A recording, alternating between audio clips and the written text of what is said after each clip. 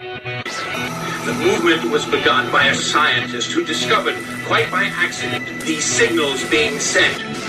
Please understand, they are safe as long as they are not discovered.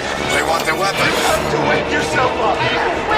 Look out for Charlie. I want that son of a bitch dead. I want him dead. All right, today I want to talk about something that a lot of people don't know about. A lot of people don't even know this exists, and that is parallel construction.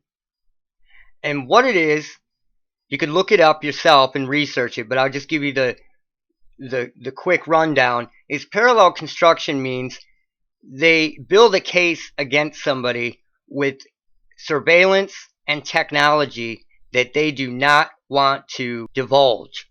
So what you'll get is, we can't tell you why or how we surveilled this person, but we surveilled them and we are giving this information to this law enforcement agency, or this law enforcement agency is just flat out using it to build a case against somebody. Parallel construction is used in that way. All evidence points to parallel construction also being used for RF targeting and RF experimentation. And it's not just RF targeting and RF experimentation. It is ops in general. Operations in general are being put together and played out via parallel construction. Some of the cases where parallel construction was used, I believe, was in the case of Michael Cravey / Thomas Brinkley, Austin Heroff, who ate somebody's face in Miami, David Crowley, who was working on Gray State and ended up being accused of murdering his whole family when they were all found dead. You know, they used this parallel construction to form an operation around it. Now, sometimes what they'll look for with these people, let's say in Austin Heroff's instance, he came up on radar due to his experimentation with drugs that had just happened within, the last year, 6 months to a year. He had been experimenting with LSD, he had been experimenting with mushrooms, and they say he had been experimenting with these bath salts. How could they find that out? Well, it's easy. Your phone is constantly picking up keywords. Keywords right now. And when so many keywords come up, you become red flag, so to speak, and someone's going to look into you. And that can be passed on to other people. Another way is a lot of people don't use cash. They go into these places and they buy things with a debit card or a credit card. There are cameras picking up the people who are purchasing these things in the store. There's a million different ways where the information can be attained to prove that it was that person that went in there and bought these bath salts.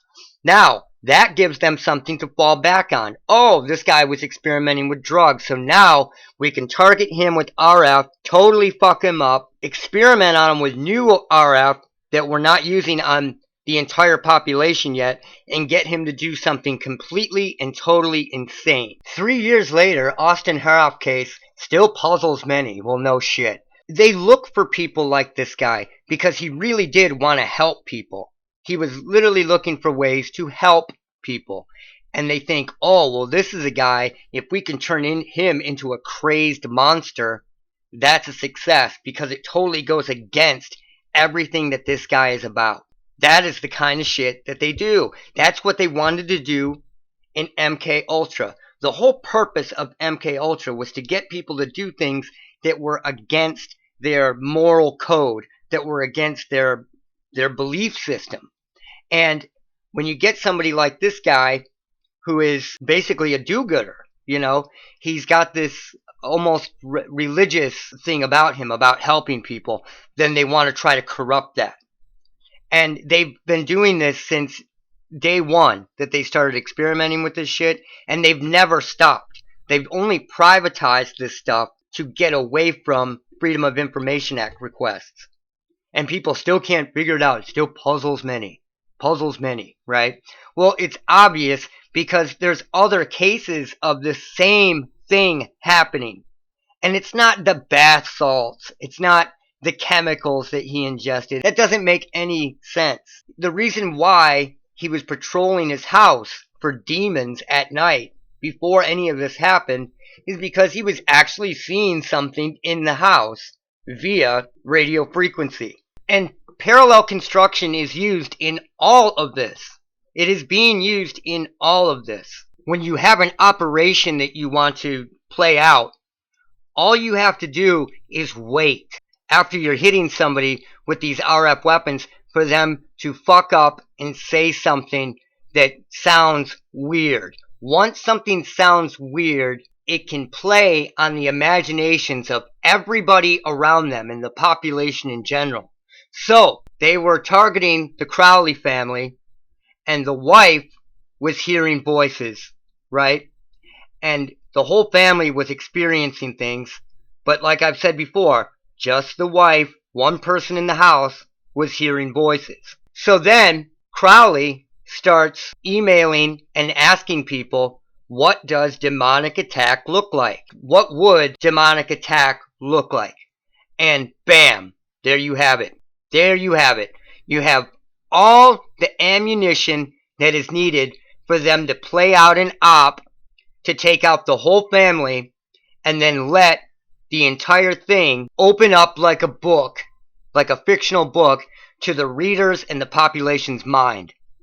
So the whole family's found dead, and Allah Akbar on the wall written in blood. That doesn't even make any fucking sense to begin with. Makes no sense. Neither one of these people were Muslim. The child wasn't Muslim. It doesn't make any sense. But anyway, they do these things to fuck with people. So David Crowley is another case where parallel construction was used to build up an operation around him. Michael Cravey is another example. He also went by Thomas Brinkley on YouTube. This is another example where parallel construction was absolutely used to build a timeline around what was happening with him and the operation to make him look like an insane murderer and get him taken out. Of course, they can fuck with your head. If you research radio waves and radio frequency, those are the drugs of the future. They say this, that these are the drugs of the future. You can totally put somebody on some trip so they don't know what's going on and then create this narrative around them while it's happening. Now, this was during a period where they thought that they could get a handle on these people before it got out of control. Now, there are way too many for them to do op after op after op after op. It would just get suspicious looking. But this was definitely during a period where they thought that they could get a handle on it. So they went to take this guy out, and he had called his brother, or his brother had called him and said, hey, they're looking for you. He was in a McDonald's drive-thru and said, dude, like, I'm being set up. I need to figure out what's going on. Before he could figure out what was going on, he was shot and killed. So something was going on here. If you research the Cravey case, there's all kinds of details in there that will blow your mind. But this is another case where parallel construction was used to form an operation around him. Well, what they will do is they will manipulate these people into being at a certain time and place. If they're not coming directly to their house, like they did with Crowley, they will manipulate these people into being at a certain time and place, maybe where a drill is going on, where something is happening. In the case of Michael Cravey, it appears that there was some type of like stabbing drill going on at the university where he was supposed to meet this fictitious weatherman that was the weatherman from the local news channel who had details on the Aurora shooting that he wanted to share with him. It wasn't really him, but they tricked him into meeting him there and pulling up. So he was actually in the vicinity with his license plate at the time. That is parallel construction. That is the real use of parallel construction. I absolutely and 100% believe that parallel construction was used on James Holmes. As many people know, but a lot of people don't know, he was hearing the voice of Obama, what he believed was coming through his television set in his apartment. and he believed that people were coming in and out of it. If you look up photos of James Holmes' apartment, you'll see that there is baking soda and other stuff on the ground, and that was for him. He was a smart guy. That was for him to see if people were really coming in the house or not. And then he had booby-trapped the house, but then after he had been caught, he told the cops, hey, my house is booby-trapped, don't go in there. So why would this guy, this murderous killer, inform the cops that his house was booby-trapped? Why? Because he was a victim of parallel construction. And I'm sure these voices manipulated him into meeting him at the movie theater that night for a reason. And then the operation took place. He was found sitting in his car in a daze in the back of the movie theater, and parallel construction seems to have been used in this case. Timothy McVeigh is another case of parallel construction. What a lot of people don't know about McVeigh is that he believed he was chipped and being monitored 24/7. He actually tried to show this to William Cooper, and William Cooper wouldn't touch his ass or wherever it was, but he said that there was a chip within him. I believe the operation was much bigger than what he believed it was. The whole story around that screams parallel construction. Another one is right by where the kid lived who was eating the face of somebody in their driveway that got blamed on bath salts. Here's another one in the same area who was a homeless man who was allegedly feasting on the face of another homeless man in a daylight attack on a busy highway. Come on, man. Come on. So these bath salts just program you to eat faces? I mean, chemicals, when somebody ingests them, these things are unpredictable. When a chemical is in somebody, they could, pick at their face until their face is tore up.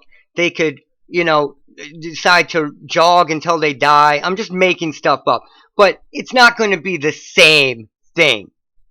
It's ridiculous to believe that a chemical is going to make people eat faces. Just faces. It's ridiculous. So here's another case where, if this person did try bath salts, they parallel constructed an incident around them to make it look like something else. So it could fall back on that. There's always something for it to fall back on. And since, go back to Cravey, Cravey was meeting with the weatherman, and what they said was he was meeting with the weatherman because he believed they were controlling the weather via satellites, which is absolute bullshit. Nobody believes that they're controlling the weather via satellite. Coincidentally, southern Florida was the first place that I ever saw completely polluted with chemtrails. And I was like, what the hell is that, dude? There were just all these lines in the sky. And soon they were everywhere, but that was the first place that I ever saw chemtrails everywhere, consistently. If you use an electronic device, it's being monitored. Whether it's a camera, whatever, that audio is being picked up. If you use anything, it's being monitored. And it's been that way for a long time. People just don't realize it. If you have an electronic device, somebody knows that you have an electronic device on you somewhere. So Columbine is another example of this, where, there are lots of kids that joked about what these kids joked about back in the day. And I believe fully that this was a narrative, that an alternative narrative started to be built around it. And then it came to this narrative playing out, and that's parallel construction. I 100% believe that parallel construction was used in the Columbine case. 100%. And that's all it is. You have a narrative that's happening in real life, and then somebody or some people start to create a narrative that parallels the other narrative, the original narrative. It starts to parallel that, and it starts to subvert that narrative, where it can be turned into something else completely. That is the real use of parallel construction. And the funniest part about all of this is all you have to do is look at it and quote Judge Judy. Judge Judy always says, if it doesn't make sense, it's not true. And think about that. If it doesn't make sense, it's not true. And that's coming from the system. The system is telling you that. And it's true. If it doesn't make sense, it's not true. Look out for Charlie.